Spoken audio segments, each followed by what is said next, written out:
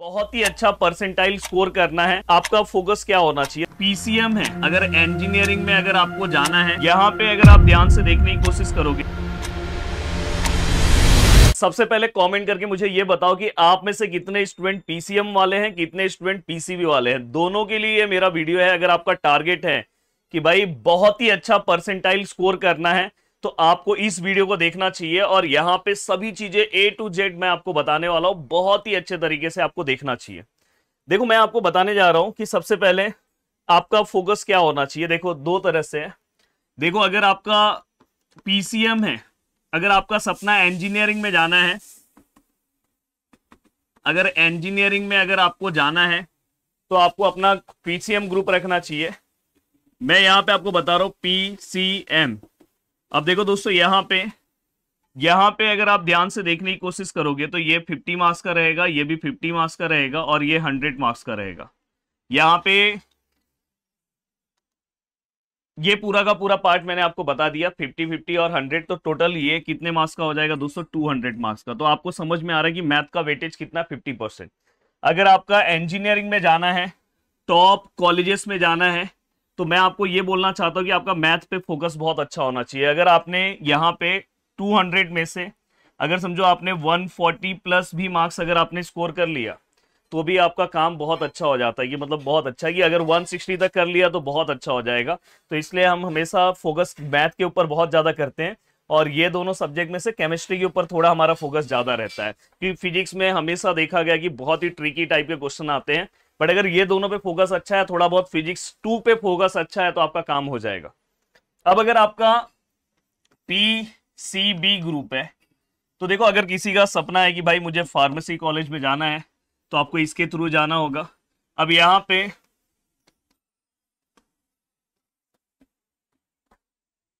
पे आप pharmacy college में जा रहे हो और इसके थ्रू जा रहे हो, तो यहाँ पे भी सेम वही रहेगा। फिजिक्स है, केमिस्ट्री है और यहाँ पे दोस्तों बायो है। अब सेम जैसे अगर जो पीसीबी स्टूडेंट हैं उनका ज्यादा फोकस बायो पे रहेगा। जैसे अगर समझो जो इंजीनियरिंग में जाना चाह रहे हैं उनका पूरा का पूरा फोकस मैथ के ऊपर बहुत ज्यादा होगा। तो वैसे इनका फोकस सबसे ज्यादा किसकी की 100 मार्क्स का आपका ये है। अब यहाँ पे दो चीजें आती है कि यहाँ पे हर एक क्वेश्चन आपको 2-2 मार्क्स के लिए आएगा और यहाँ पे हर एक क्वेश्चन 1-1 मार्क्स के लिए आएगा। मतलब यहाँ पे आपको 100 एमसीक्यू पूरा मिलेंगे और ये 50 और ये 50। तो यहाँ पे ये पूरा का पूरा ये भी कितना आ गया दोस्तों? 200 मार्क्स का। तो ये इनडायरेक्टली आपको ये पता चल गया कि अगर मैं पीसीएम स्टूडेंट हूं तो मुझे ये फॉलो करना है। मतलब अगर मुझे इंजीनियरिंग में जाना है तो मुझे मैथ के ऊपर ज्यादा फोकस करना है। अगर मैं फार्मेसी में जाना चाहता हूं तो मेरा फोकस किसके ऊपर ज्यादा रहना चाहिए दोस्तों? बायो के ऊपर। तो ये सबसे पहली चीज आपको ये पता होना चाहिए। अब सर प्रिपरेशन कैसे कवर करें? तो देखो, 1 बाय 1 हर एक सब्जेक्ट से रिलेटेड चीजें मैं बताने जा रहा हूं कि आपको किस तरह से कवर करना चाहिए। देखो, आपको अपना प्रिपरेशन जुलाई, अगस्त, सितंबर, अक्टूबर, नवंबर, ये मंथ में आपको मिलेगा टाइम। थोड़ा बहुत आप दिसंबर में कर सकते हो, पर ज्यादा टाइम दिसंबर का मत देना। देन दोस्तों, इसके बाद आप डायरेक्ट मार्च मंथ में प्रिपरेशन कवर करते हो और डायरेक्ट फिर इसके बाद अप्रैल मंथ में आपका पेपर हो जाता है।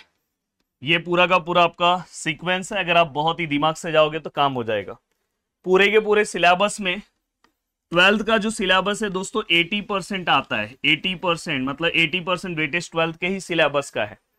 ओनली 11th का सिलेबस 20% आता है। इसलिए एमएसटी सीईटी बहुत ही अच्छा एग्जाम है कि अगर आप आगे जाना चाहते हो कम मेहनत करके, तो एमएसटी सीईटी बहुत अच्छे से आपको हेल्प करता है। क्योंकि अगर आपने 12th में अच्छा मेहनत किया, साथ में एमएसटी सीईटी भी बैलेंस किया, तो आपकी चीजें बहुत आसान हो जाती है।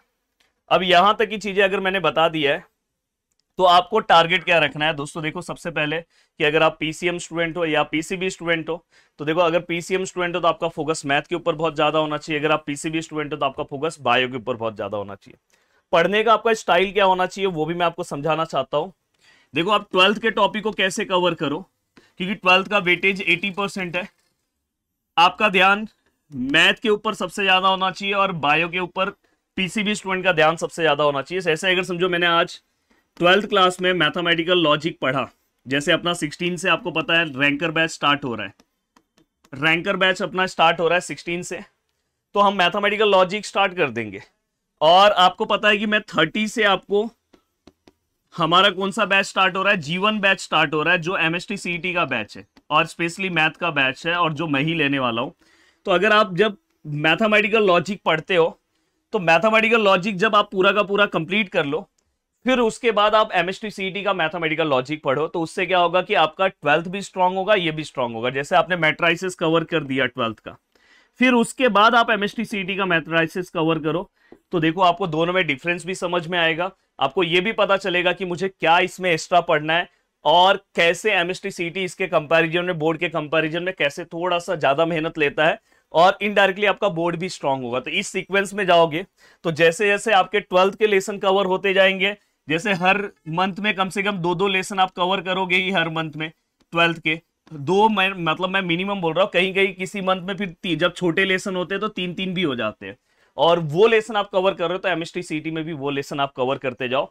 और हर सब्जेक्ट में, इवन अगर मैं बायो की बात करूं, बायो वाले स्टूडेंट को एक और सजेशन मैं देना चाहता हूं कि अगर मैं बायो की बात करूं, तो बायो वालों के लिए एक सबसे ज्यादा प्लस पॉइंट क्या है कि उनको उनका जो टेक्स्ट बुक है ना दोस्तों, वो बहुत अच्छे से रीड करना है। मैक्सिमम क्वेश्चन अगर आप देखोगे तो टेक्स्ट बुक से ही दिखाई देता है, मतलब ऑलमोस्ट 70% क्वेश्चन आपको टेक्स्ट बुक से, मतलब आप आराम से, अगर आपने टेक्स्ट बुक बहुत अच्छे से पढ़ा है तो आप आराम से उस क्वेश्चन का आंसर दे सकते हो। टेक्स्ट बुक में देखो ब्लैक कलर की कुछ लाइनें होती है, तो जब आप प्रिपरेशन कर रहे हो 12th का, तो आपका उस वाले पार्ट पे फोकस बहुत अच्छा होना चाहिए। जब आप रीड कर रहे हो, कुछ अंडरलाइन दिखाई दिया, और मैक्सिमम क्वेश्चन मैंने देखा है ये डायग्राम्स के ऊपर भी पूछा जाता है।